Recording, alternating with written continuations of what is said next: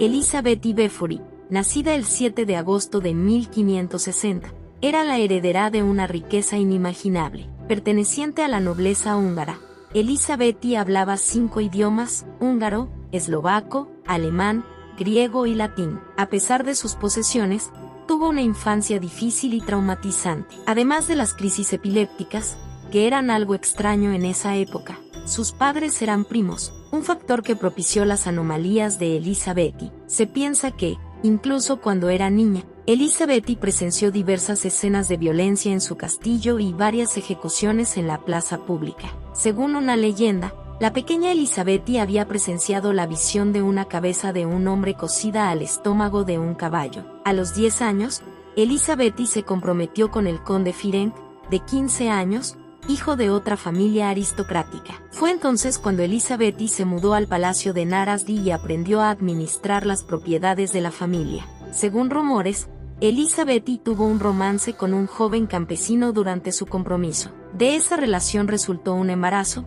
siendo forzada a separarse del niño al nacer. Mientras tanto, su prometido castró al campesino y lo arrojó a los perros salvajes para que muriera. Con solo 14 años, Elizabeth se casó oficialmente con su prometido el 8 de mayo de 1574, ante 4.500 invitados. Ferenc le regaló a su esposa un castillo, que serviría como su residencia y donde, más tarde, sería el escenario de cientos de asesinatos. Ferenc y Elizabeth pasaron años sin verse. Con las constantes guerras e invasiones, el marido siempre estaba siendo llamado a la batalla. Con el paso de los años, Ferenc ganó una gran notoriedad como guerrillero, siendo conocido como el Caballero Negro de Hungría. Fue gracias a las experiencias de guerra de su marido que Elizabeth aprendió técnicas de tortura que posteriormente practicaría en sus sirvientas. Ferenc enseñó a su esposa una técnica que consistía en enrollar un trozo de papel aceitado, colocarlo entre los dedos de los pies de una criada desobediente y luego prenderle fuego al papel.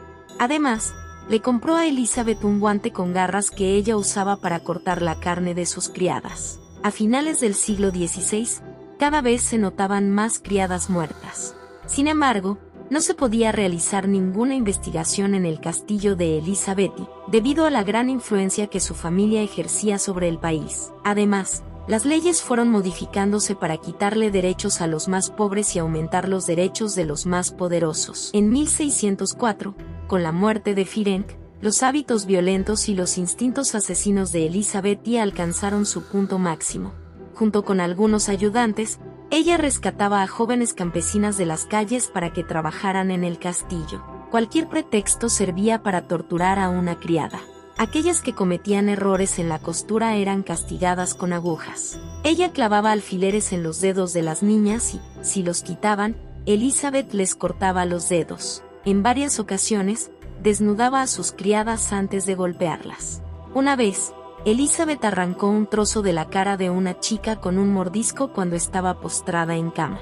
Las torturas siempre comenzaban con golpizas, pero nunca se quedaban ahí. Refugiada en su cámara de tortura en su castillo, Elizabeth azotaba, rasgaba la cara de las criadas con sus manos, forzaba el canibalismo entre ellas, las quemaba con hierros, les arrancaba la carne de sus cuerpos con alicates, las desmembraba, entre otras atrocidades. Los baños de sangre parecían no tener fin y eran la única razón de vivir de Elizabeth.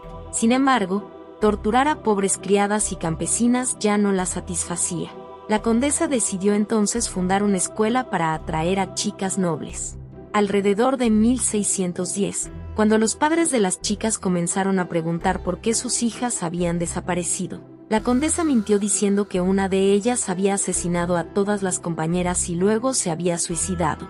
Al tratarse de niñas de familias nobles, esto llamó la atención de la realeza, siendo en ese momento cuando el rey húngaro envió a su palatino a investigar el castillo de la condesa. Varios cuerpos enterrados alrededor de sus propiedades, paredes manchadas de sangre y gritos que resonaban por los pasillos del castillo. Elizabeth Befori fue atrapada infraganti, al encontrar a varias criadas agonizando por todo el castillo. Elizabeth y sus ayudantes fueron considerados culpables y encarcelados.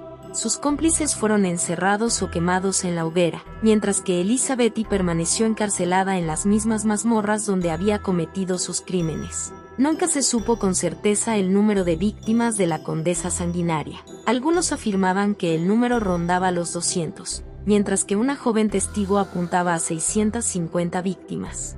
A pesar de todo, muchos siglos después, hay quienes creen en la inocencia de Elisabeti. Todo esto podría haber sido orquestado por el rey húngaro, quien quería encarcelar a la condesa por ser protestante y por ser una mujer poderosa. Además, se argumenta que las confesiones de sus cómplices hechas bajo tortura no podían ser tomadas en serio. La condesa Elisabeti murió el 22 de agosto de 1614. Fue enterrada en suelo sagrado, pero su cuerpo fue removido después de quejas de los residentes, siendo llevado a la cripta de Belfort. La cripta fue abierta en 1995 y los restos mortales de Elizabeth no fueron encontrados.